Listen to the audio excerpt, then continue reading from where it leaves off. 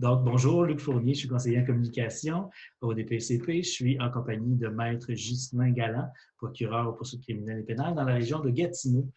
Bonjour, Salut Luc, ça va bien? ça va très bien toi-même? Ça va bien, merci de me recevoir. Euh, Beaucoup de changements à cause de la pandémie, évidemment, dans le système de justice.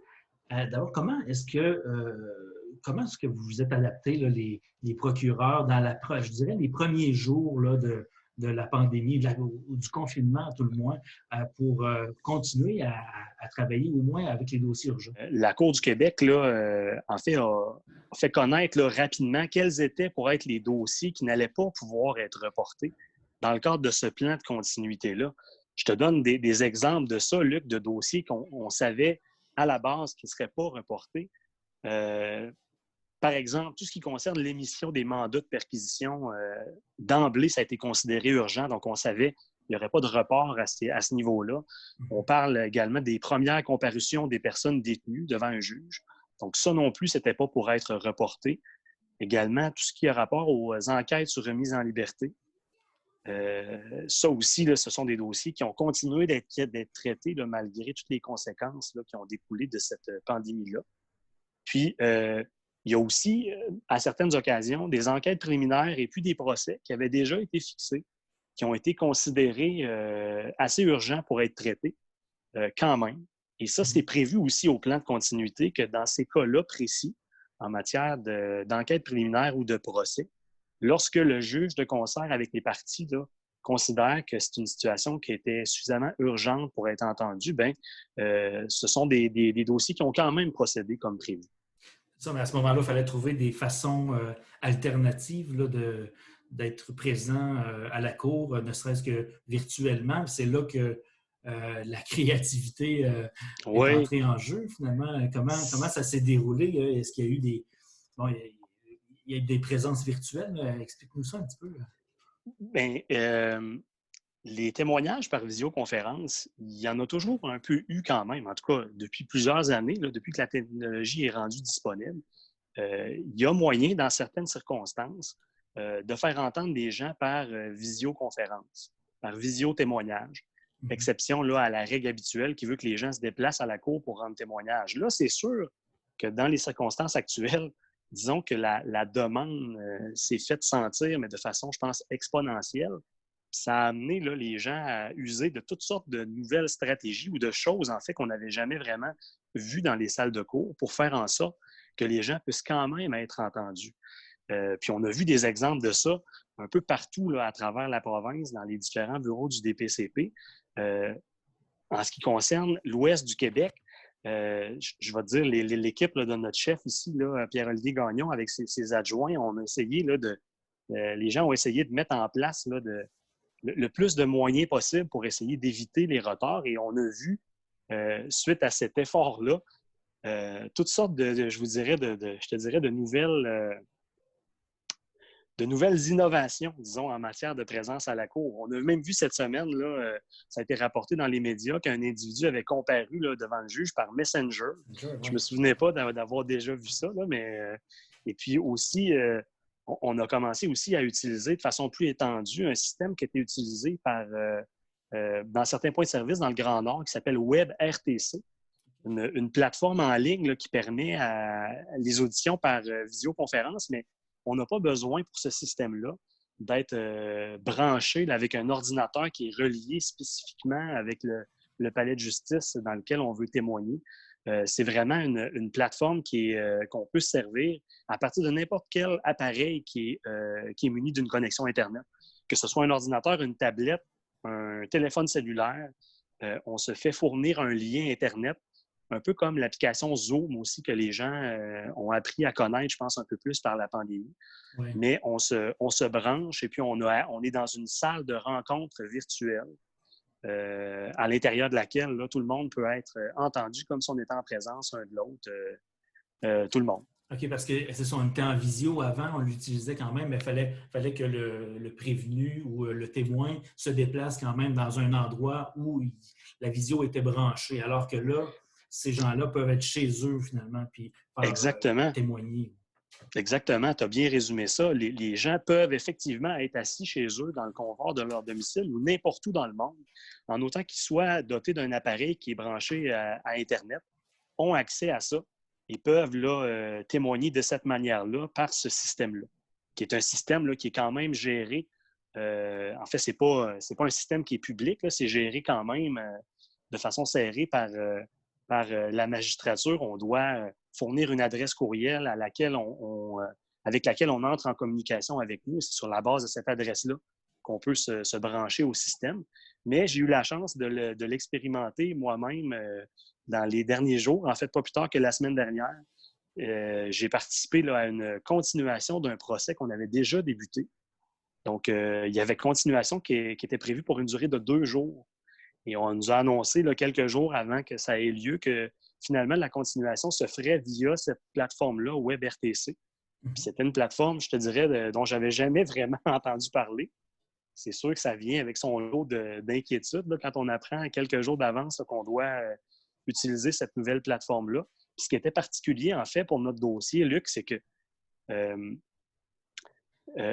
disons, là, on n'était pas tous pour être au même endroit lorsqu'on allait utiliser cette plateforme-là, de sorte que quand on l'a utilisée, on avait 5 ponts différents, 5 liens Internet connectés pour une personne en particulier, mais tous présents sur le même écran. Donc, il y avait le juge qui était en salle de cours au Palais de justice de Gatineau, donc qui, lui, avait un écran. Moi-même, j'étais ailleurs, connecté à cette salle de réunion-là. Donc, moi aussi, avec mon écran, on avait l'accusé qui était détenu au centre de détention, qui lui aussi était branché via cette plateforme-là sur une autre fenêtre. On avait un interprète qui était présent à Montréal aussi, donc par visio dans une autre fenêtre. Puis on avait les témoins policiers qui, eux, étaient au poste de police ici à Gatineau pour rendre témoignage. Donc, ça faisait plusieurs personnes en même temps présentes sur la même plateforme au même endroit. Moi, je me disais dans ma tête, forcément, il va y avoir des problèmes, que ce soit de transmission d'image ou de son. Il va y avoir du décalage, les gens vont se couper la parole, ça ne fonctionnera pas.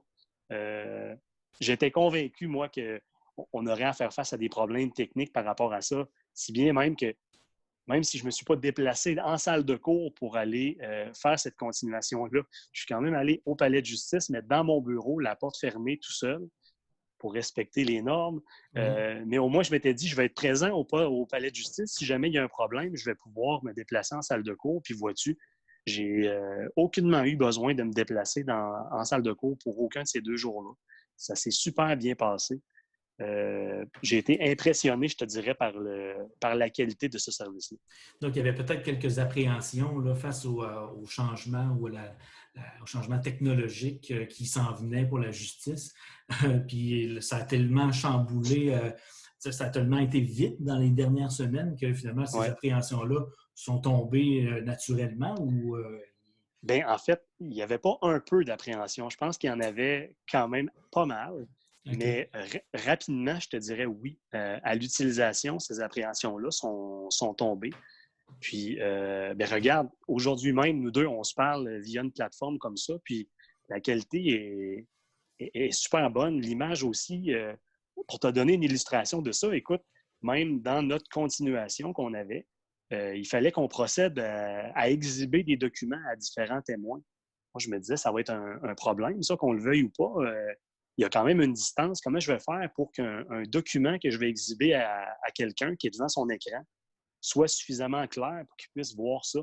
Mais crois-le pas, on était capable de quand même exhiber des photos ou des documents écrits à n'importe quel témoin ou n'importe quelle personne qui était présente à la visioconférence. Puis la qualité de l'image faisait en sorte que les gens étaient capables de bien voir le contenu de ce qu'on voulait leur montrer, que ce soit photo, écrit ou peu importe. Fait que réellement, encore là, ça, c'était une petite appréhension résiduelle que j'avais, je te dirais, par rapport à peut-être la possibilité de pouvoir montrer des documents à un témoin. Puis finalement, tu vois, ça ne s'est pas avéré là, une appréhension qui était justifiée parce que le système a répondu aux attentes par rapport à ça.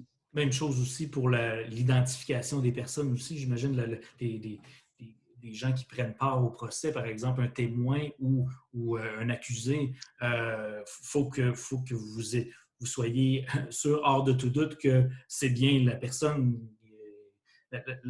qui est au bout du fil, c'est bien elle. Alors, la qualité de l'image est importante pour ça. Puis, finalement, Ben oui, tu as c'était raison. satisfaisant.